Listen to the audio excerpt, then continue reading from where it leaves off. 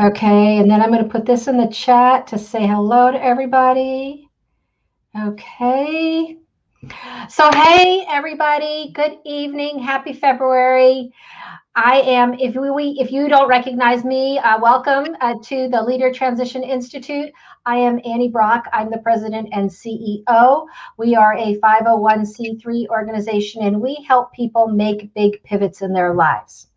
Our core program, our flagship program, is designed for service members, veterans, military spouses, surviving spouses, people who have served in the military with any kind of discharge in any era. And so that's why we are here tonight.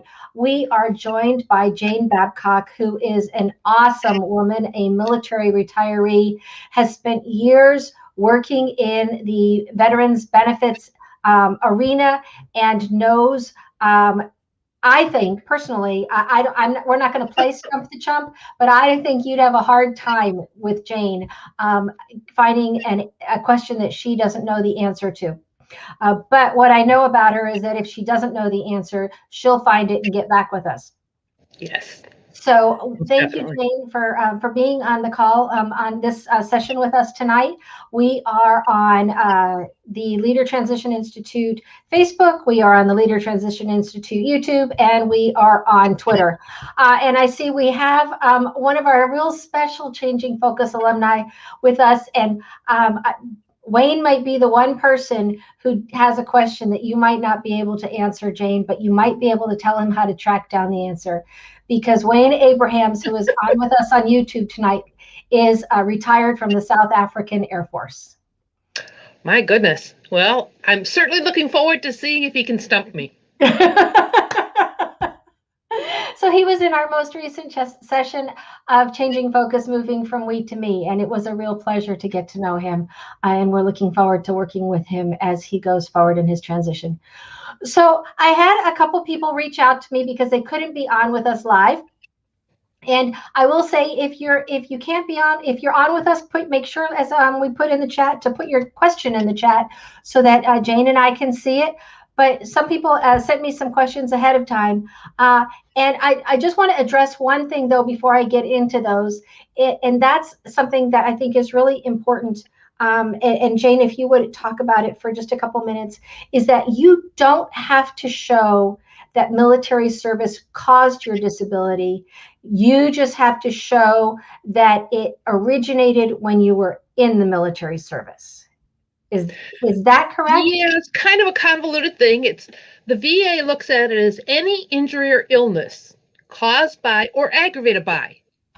So I had originally injured my knee in junior high school, had it pop out of place. They put it back in place. And at the age of 23, when I joined, they did extra special x-rays and all this other stuff and said, nope, your knee's good, and put me in. When they did rate me after my knee surgery, they said, yeah, we caused it. You'd be 20%. Because it was pre-existing initial injury, we're going to give you 10%. Interesting. Okay.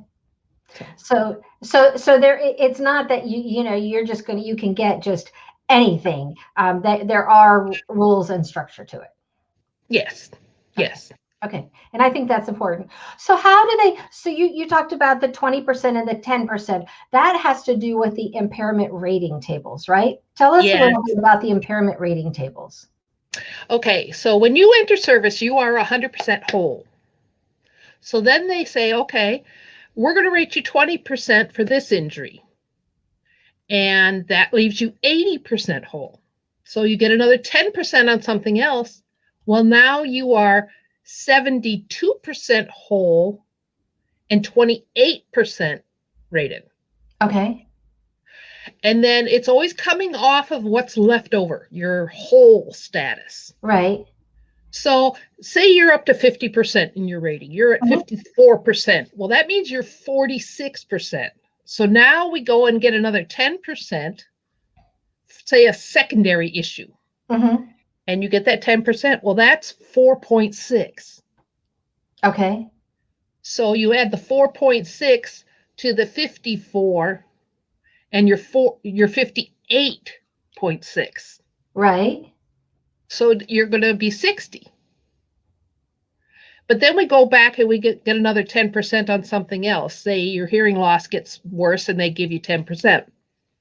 Well, that 10% is going to be based on 42 point something, 42.4. So you're going to get a 4.2 for that 10% added to your 58. Now you're 62, so you stay at 60. Interesting. So even though you've gotten an additional rating. Okay, so the impairment rating tables, the way that works, those percents, they are the amount you get is based on the disability you have, right? So that 10% for a hearing issue might be a different amount than 10% for a knee issue, or is it the same? No, it's each separate joint, each separate bone, each separate condition has different states. If you are in active cancer from Agent Orange or from the toxic water on Camp Lejeune from 53 to 87, your active cancer is 100% automatically. Wow. Until you are rated at the end when they say, okay, you're cancer free, or you're finished your treatment and 1 year later, they scan you or do whatever they need to do. And they say, okay, you're cancer free. Now, all of a sudden that, cancer, gosh darn it, has moved and gone to somewhere else. They're going to have to rate you on a separate condition, prostate cancer. They take out your prostate. Well, your prostate's no longer there. So you have prostate cancer, but it's traveled somewhere else in your body. Right. Well, if they do a biopsy and they see it's prostate cancer, you stay on the prostate cancer 100% rating. But if that cancer has moved to your lung and they do a biopsy and find it's lung cancer, that's a separate whole cancer in the Agent Orange world. And it's on the list. So then they turn around and rate you for the lung cancer. Okay. So it's each part is just slightly different.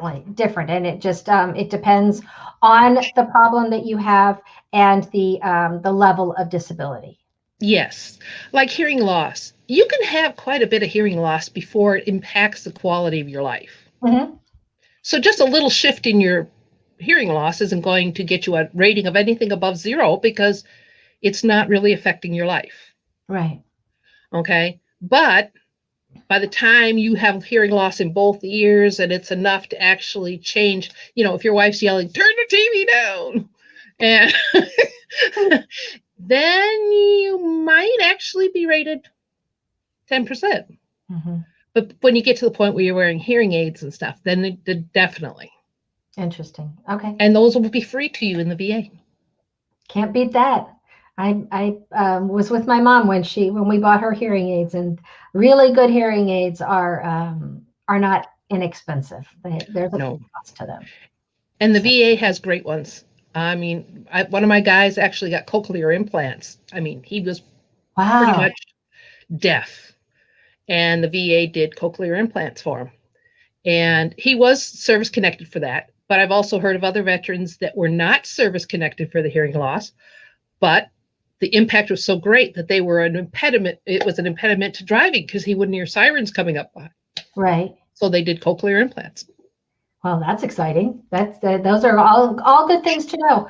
So tell me about or tell us about retroactive pay, back pay. If you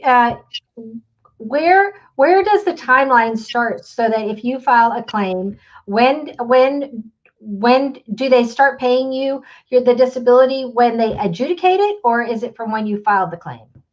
Well, there's two circumstances. If you are a recent transitioner and you file that claim within that first year, they're actually going to go back to the date you got out.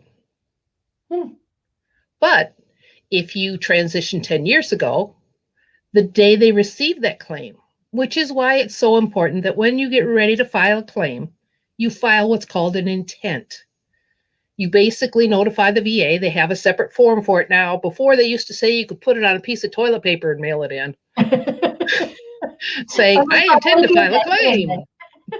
Now you have to say, I intend to file a claim for hearing loss, right knee injury. And you don't have to be specific. You don't have to be able to say chondromalacia or whatever, however you pronounce that knee condition. Mm-hmm. You just have to say injury to the right knee. Okay. Most important thing is when you file a claim for any injury in service, you need to have an initial injury in service. Okay? You jumped off the back of the deuce and a half, but you treated yourself with ibuprofen and ice packs, or you were on a convoy and you were at the other base and the information never got into your service records. A witness statement from somebody on that convoy saying, yeah, he jumped off the back of the deuce and a half and that night his knee was all swollen up. That's the same as a medical record. The second thing you have to have is being a chronic detractor from the quality of life. If you twisted your knee in basic training and it didn't bother you for 40 years, they're not going to say it's service connected. That recent step off the curb or slip on the ice is what they're going to say caused the current condition. Mm-hmm. The last thing you need is what's called a nexus, and that's that connection to service and a current diagnosis. In other words, you go in and say, well, I twisted my knee in basic training and it's been 20 years, but there's nothing wrong with your knee. Right. So it has to be something connected to service, whether it's a witness statement or a military treatment record. And then you have to have a condition of that knee that has continued since that time. Right. Obviously, if you've just gotten out, it's still going to be giving you trouble from 2 years before. That's still within that window of time. Mm-hmm. So now you need to have a doctor say, yes, he has an impinged knee cartilage or something. That's your current diagnosis. Right. Okay. So awesome. Okay, great. Thank you so much. These are all good things that people were asking about, and so now they're going to know. So somebody asked about they had seen doing some research and was trying to understand what's the difference between a VA disability rating that's protected and the unprotected rating. Okay. If you get rated and it's 20 years down the road, that rating cannot disappear. It cannot be decreased. It stays exactly what it is. It may never go up because right. Your condition never worsens or something of that nature, but they can't take it away from you. It's okay.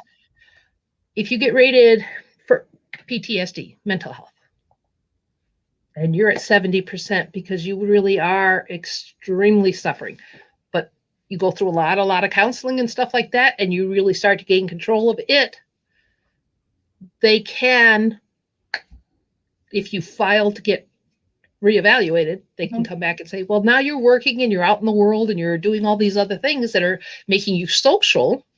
Whereas at 70%, one of the things is you're antisocial. Then they can change it. Once right. It hits 20 years, they can't change it. Okay.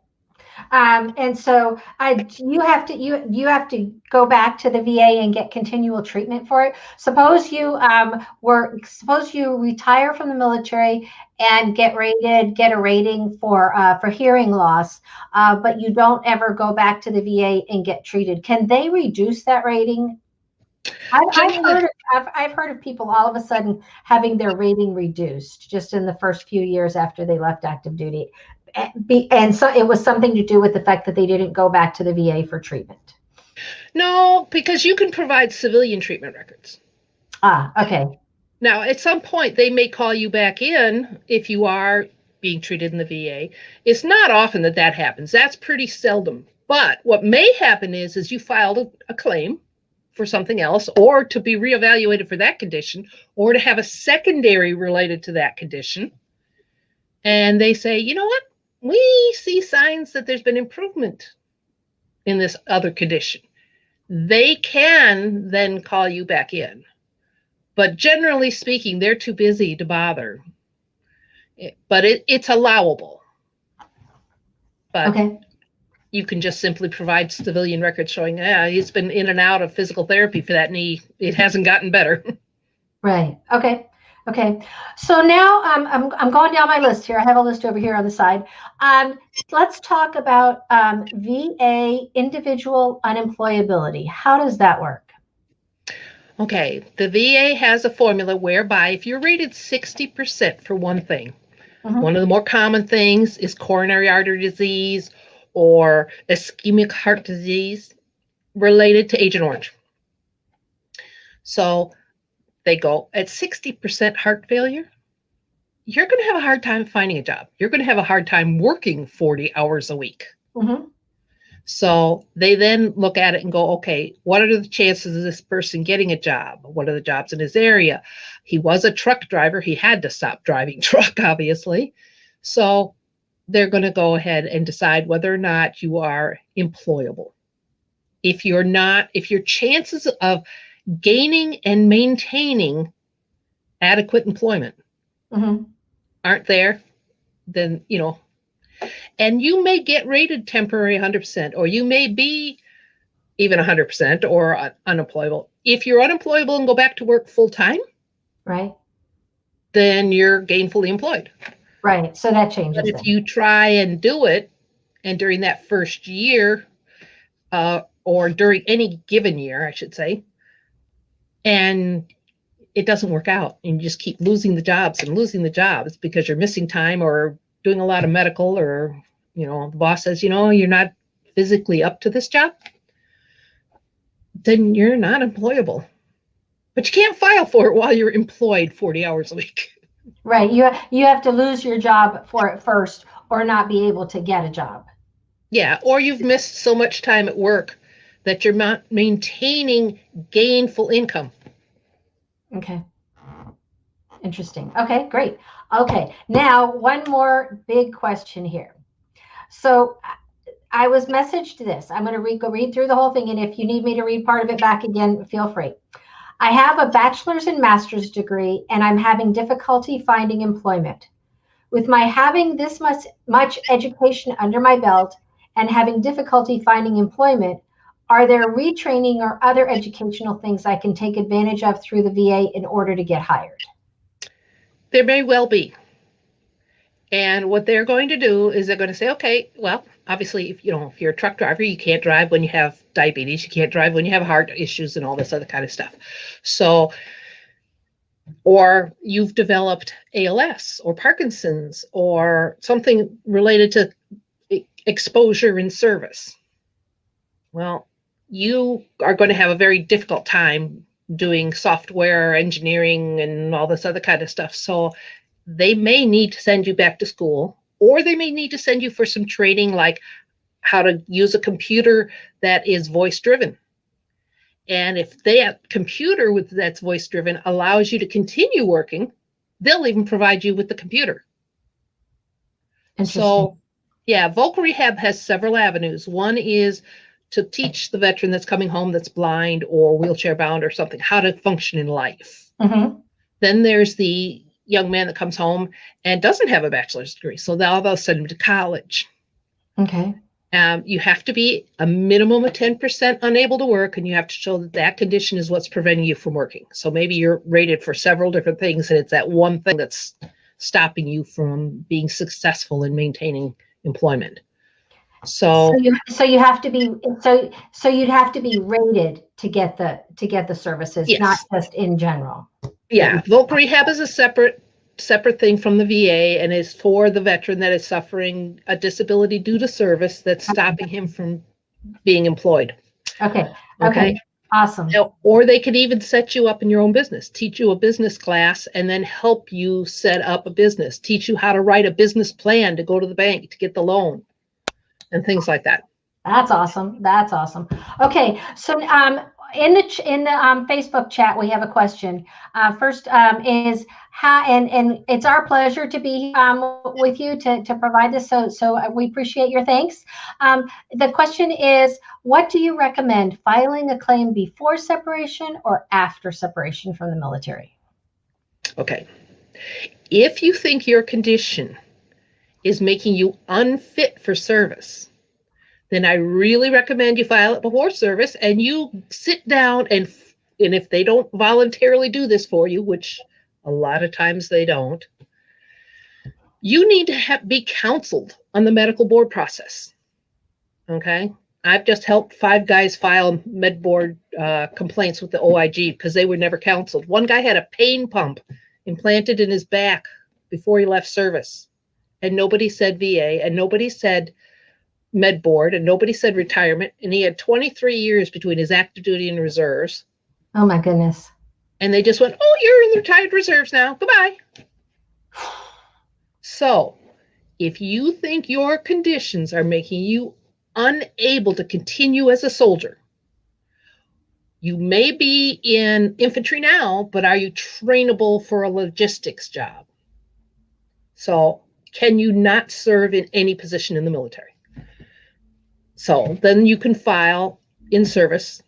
It's not harmful to file in service, but I have seen cases where the physical exam was so far ahead of the person's transition, and then they slipped and fell and ended up with shoulder surgery and everything else. Well, now you got to go back and get that put on the claim, and you have, so it's not just a process of one and done. Or if something's gotten worse since your exam, you need to notify the VA of it and stuff like that. So you shouldn't go too early. Not too far ahead of time, but you can start that paperwork a year out. But you want to make sure those exams are closer to your Don't let them do it a year ahead and then have problems and now have to amend your claim. Okay, and I'm going to foot stomp here. I'm going to foot stomp. This is something that it hasn't affected our family in a negative way, but I know other people that it has. So this is something that's really important to foot stomp, and that is, do not go have a VA physical until you have some kind of life insurance to replace your SGLI, because there are all kinds of good, inexpensive, quality term life policies that are out there that you can get without a physical and be covered to replace your SGLI when you leave active military service.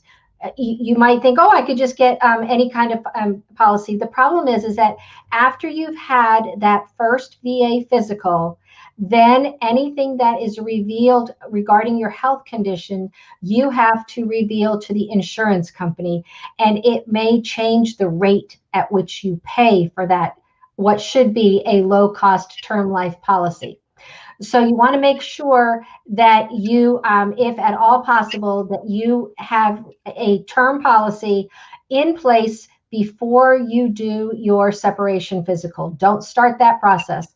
And if you don't have a term life policy that's separate from your SGLI, then that's something you need to start working on tonight. Yes, and VA has insurance policies for disabled veterans. Oh yeah, the VGLI is there, and if you need it, it's very good if you're not insurable. However, the costs for it jump significantly in 5-year increments, and then you can get a civilian term life policy for a lot less money than you can get VGLI.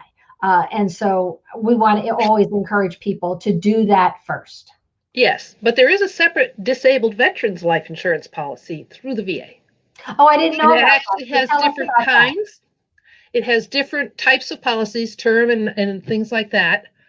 And if a veteran does hit that 100% mark or unemployable, and it's considered permanent, can't be temporary for cancer.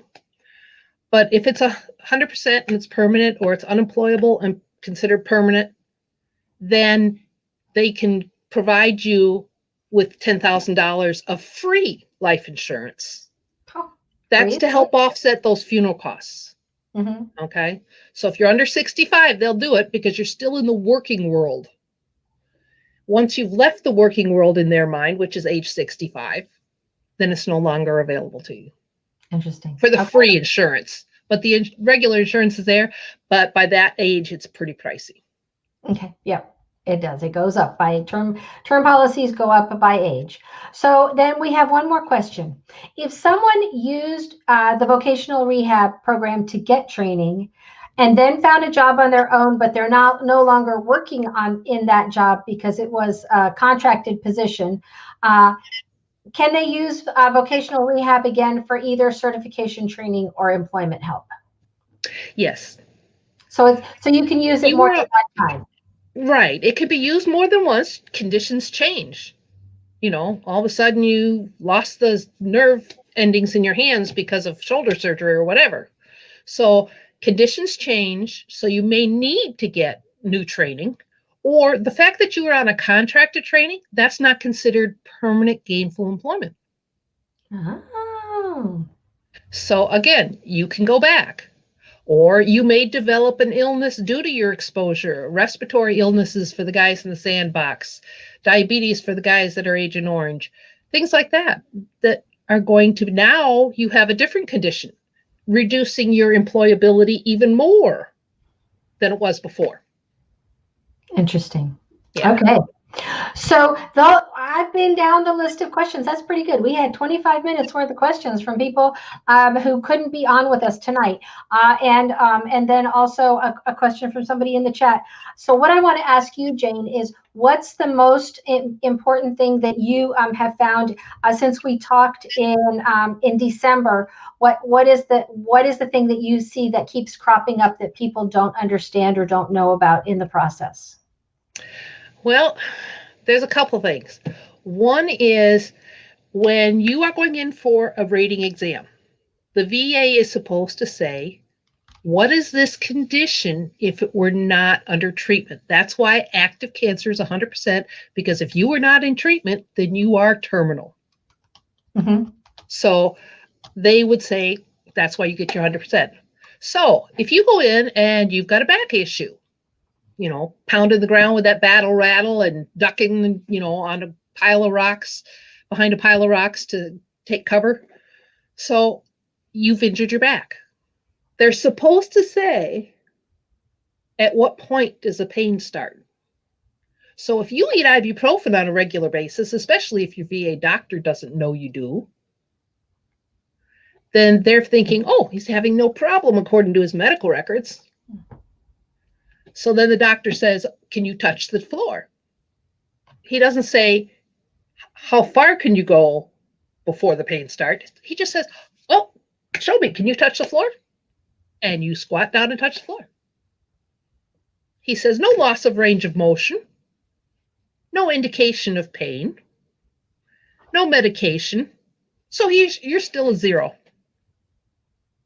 Huh. We admit we hurt you, but it's not causing you trouble, so we're just going to continue putting you at 0.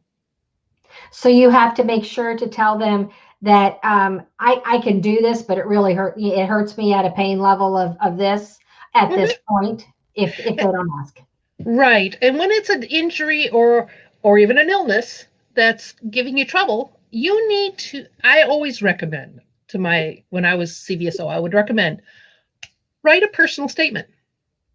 If today you go down and that back is not inflamed and you're not having difficulty bending, but you just spent 4 days in bed 2 weeks ago when you tried to pick up your grandchild, mm-hmm.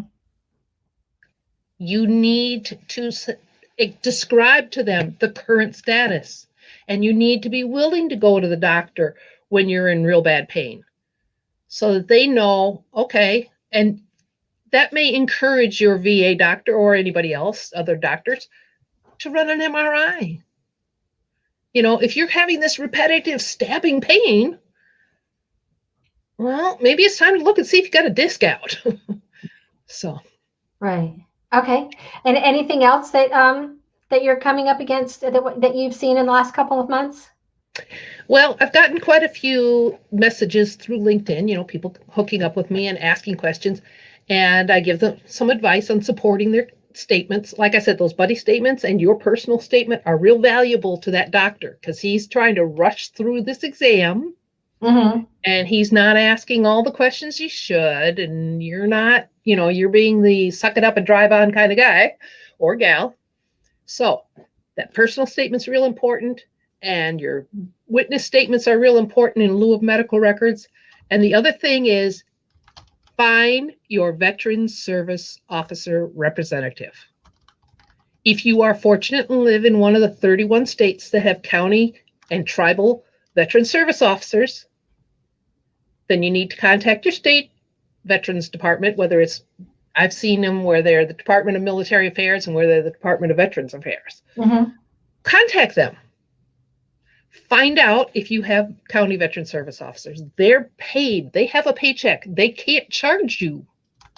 But their job is to be educated like I was Right. And then to provide free assistance, filling out forms, telling you what evidence to give. If you don't live in one of those states, there's still veteran service organizations, VFW, American Legion. I mean, there's a laundry list, 250 forms, groups that will help you. And you can find that by going to va.gov and searching accreditation. Okay. Because that's the key. You want somebody who's accredited, right? Yes. They have to be trained, they have to be cleared, they have access to the VA's computer system. So if your claim is stuck somewhere or you need to get new evidence in, they have a liaison. They can call up and say, hey, Jason, the guy just ended up twisting his knee apart and he was in the emergency room last night and he's going in for surgery in 3 days. Jason will take that exam, send it up, and find the person that's dealing with your case. And now you're temporary 100% until you've recovered from the surgery. So Jane, and that brings up an interesting thought. I have seen occasionally people that want that are willing to file your claim and do all the work for you, but they want you to pay them. Are those legit services? Yes, they are. They can go through the same accreditation process, and you will find them on the VA's accreditation list. It'll tell you to pick. Do you want a veterans lawyer? Do you want a veterans claim agent? Or do you want a veterans service officer? Okay. So you click on one of these 3 categories. If you have filed a claim and it has been denied twice, then a good VSO, unless they have someone that actually is out in Washington and has presented to the Board of Veterans Appeals, myself, we had certain claims that we knew they were going to be so difficult, like brain cancer for Agent Orange. As far as I know, we're still the only office in the country that won it while the veteran was still alive. And that was because we quick rushed through the first 2 claims, expedited due to terminal cancer, and then handed him off to a lawyer. And they're going to charge you on average 20% or more. So whatever you get in back pay, right? They usually have a minimum charge and then a percentage above that. Okay. And the VA will pay them out of your money before you see it. So you don't have to pay up front out of your own pocket. No. They'll look at your case and go, yeah, this one's not winnable. And if they do that, odds are it's not winnable. You can't file for Agent Orange itself. I was exposed to Agent Orange. Yeah, but how's it impacting your life? I was exposed to Agent Orange. It's not rateable. You have to have a condition that's impacting or diagnosable. Okay, awesome. Okay, well, thank you so much, Shane. One other thing. Something else? Okay. Yes, that veteran service representative, they'll know your state benefits. That's the other avenue if you're looking at voc rehab for a 2nd or 3rd time, or you're looking at education beyond what you already have. In the state of Wisconsin, we have a separate GI Bill. So you come home with that bachelor's and you need to go and get some, go for a master's, or you need to get that certification from Cisco. We have our own 36-month, 4-year college plan in our state. I guess Wisconsin is one of those veteran-friendly states, isn't it? Oh, yes. Yes. So it's a great place. Well, and that's an important thing, because I'm going to research this, because I'm just curious how many states have their own veterans, GI Bill. I know I live in Maryland, and not to slight the state of Maryland, but we don't have one. But I think we should. Yep. And some states will have a $50 stipend toward books every semester, or, there's all sorts of variations. So you want to research that before you actually decide where you're going to live. Oh, I'm going to go to Kansas City and get a job. I've got a job lined up in Kansas City, but which side of the river do you want to live on? Right. Yeah. So At least I should say I don't think Maryland has it. I've been more on the retiree income tax issue than I have on veterans education benefits. So I could find out that I misspoke myself, but I don't think we have what they would call a GI Bill. And so that's an interesting thing. It would be interesting. I'm going to look that up and see which states have something like that, and we'll put that out for everybody. And other states have property tax reimbursement programs. Here, if our veteran is rated 100% or unemployable, they get their property taxes up to 1 acre of land and the primary residence returned to them. So you pay it to the local municipality to use for the roads, and then the state gives it back. And if that veteran passes away, the spouse gets to keep that benefit. Yeah, we have some of those benefits here in Maryland too. So those are all important things for people to consider when they're choosing whether you're retiring and will have retirement income, whether that's going to be taxed by the state, but just what kinds of benefits are available to you as a military veteran in the different states. Important to know that. And so much of it is based on the rating. Yes. And one of the other weird things, I run into retirees all the time. Well, I have TRICARE, so I don't get VA. No. Or, I have my health insurance, so I don't have to, I don't get compensation. Or I'm not eligible for the wartime veterans pension. But you're paying $8,000 a month because your wife is in nursing home? What are you living off of? Air in your savings account. So yes, there are VA benefits for retirees.